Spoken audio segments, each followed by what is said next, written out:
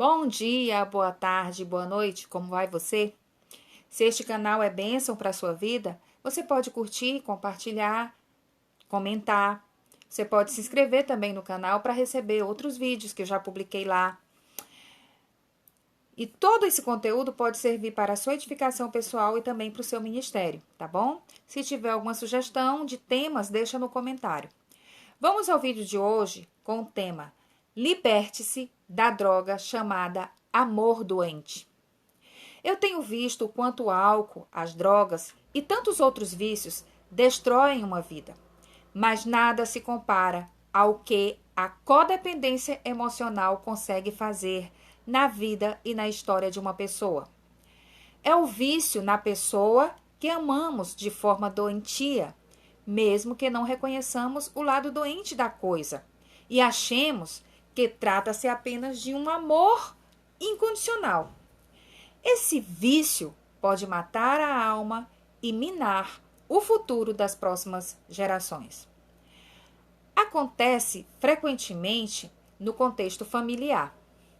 É comum e só aparentemente inofensivo na tão falada relação pais e filhos. Por ser uma relação tão singela, os envolvidos não se apercebem do erro que estão cometendo e do perigo que estão correndo. Fazendo uma analogia, a codependência pode ser exemplificada como duas pessoas. Uma está sentada numa cadeira que não tem um dos pés. A outra está no lugar daquele pé ausente, mantendo-se com as próprias mãos o equilíbrio daquela cadeira para assegurar que a outra pessoa não caia. Se um desistir, o outro cai.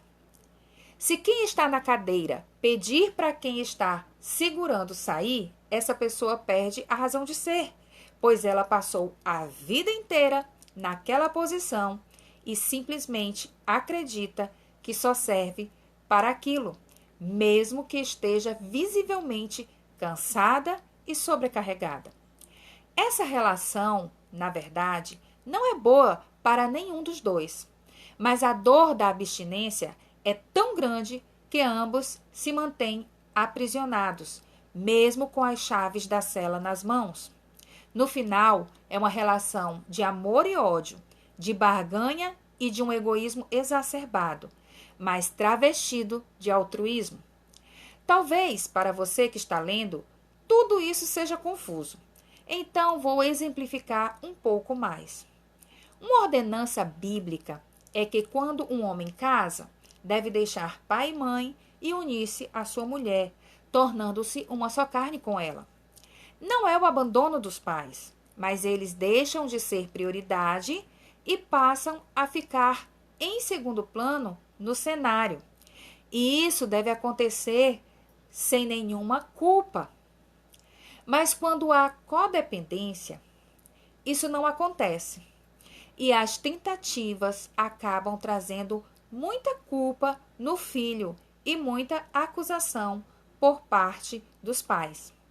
Normalmente, pais ou geralmente mães que se dedicaram em extremo aos filhos, seja deixando de trabalhar fora para ficar com eles, seja indo trabalhar fora para sustentá-los da melhor forma, sentem que os filhos têm uma dívida eterna e encontram um jeito sutil de cobrá-la.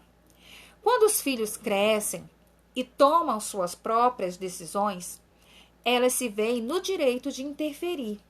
Elas querem continuar cuidando deles como se fossem eternas crianças. Eles não gostam disso, mas se acostumam e veem as vantagens dessa situação, pois se não podem tomar suas próprias decisões, também não precisam se preocupar com as consequências. Colocam a culpa na mãe ou pai codependente e continuam crianças de 30, 40, 50 anos. Estar nessa prisão não é fácil, mas torna-se um lugar conhecido onde você não precisa amadurecer. E quando algo dá errado, você tem a quem culpar. Muito cômodo, não? Quando os pais são acusados de culpados, sentem-se ressentidos e dizem a célebre frase: "Eu fiz tudo pelo meu filho e é assim que ele me retribui?" O amor doente tem os momentos de ódio interno e a vida se torna amarga. Tudo isso por causa de uma codependência emocional que nunca deveria ter existido. Começou na infância e perdurou a vida inteira, destruindo a chance de cada um viver a liberdade e as fases próprias de suas vidas, assumindo suas consequências e festejando suas próprias conquistas. O filho que consegue a duras penas casar e ter uma família acaba transferindo para o cônjuge e para seus próprios filhos o mesmo amor doente. Então, o ciclo da codependência gera suas novas vítimas que se transformarão em vilões ou, na verdade, oscilam a vida inteira entre esses dois papéis, vítimas e vilões. A paz de todos fica permanentemente comprometida, porque a felicidade e o senso de realização está no que o outro faz e não no que nós fazemos.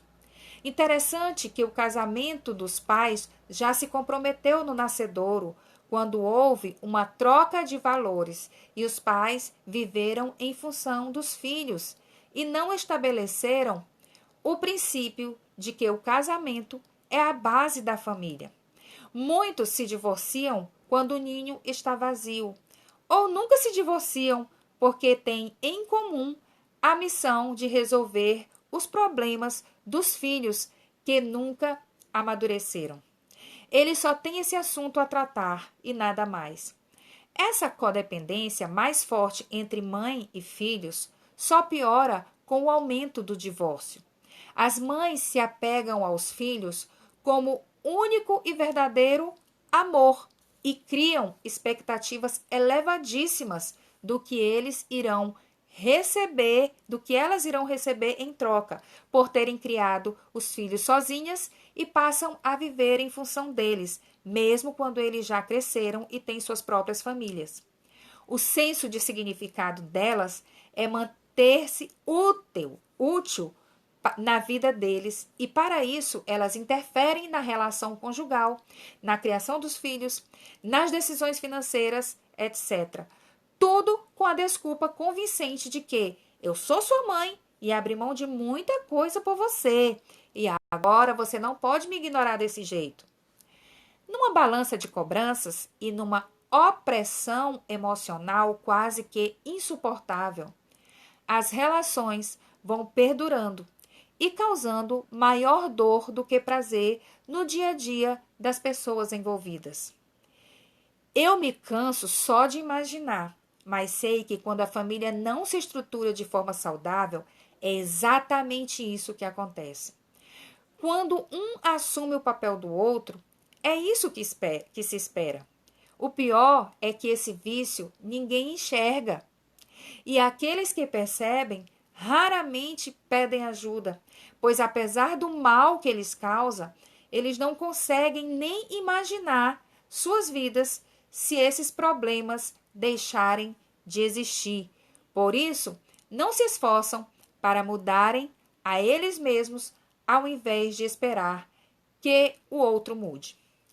Nessa roda viva que tem gerado morte dos sentimentos mais saudáveis planejados por Deus, alguém precisa se atrever a dar um fim. Isso significa pagar o preço da liberdade e de assumir suas próprias escolhas, arcando com as consequências. Confesso que nem a religião tem sido capaz de mudar tal cenário. É preciso muito mais que isso. É preciso que os envolvidos experimentem o amor perfeito de Deus, que promove a liberdade e não aprisiona ninguém. É preciso que reconheçam seu pecado de idolatria, quebrem o altar que foi construído em suas casas, onde cada um sobe e desce nele como lhe convém, causando tristeza e frustração. É preciso aprender a abrir mão do controle daquilo que nunca esteve no seu controle de verdade. É preciso até delimitar espaços, manter-se distante, descobrir o que é amor na perspectiva de Deus, perdoar-se a si mesmo pelo sentimento de posse e pelos prejuízos causados a tantas pessoas. Perdoar a si mesmo pela covardia de não querer crescer. Buscar ajuda no amor perfeito, que nos ensina a amar na dose certa, da maneira certa, amando primeiramente a Ele, depois a si mesmo e depois ao próximo. Quer saber se você sofre desse vício? Faça a si mesmo 2 perguntas. Minha paz depende de alguém? A paz de alguém depende de mim? Se pelo menos uma das respostas for afirmativa, é possível que você sofra desse mal travestido de bem. Por hoje é só. Se você deseja conhecer um pouco mais os projetos que eu desenvolvo, entra no site www.ajudandodivorciados.com.br. Até o próximo vídeo.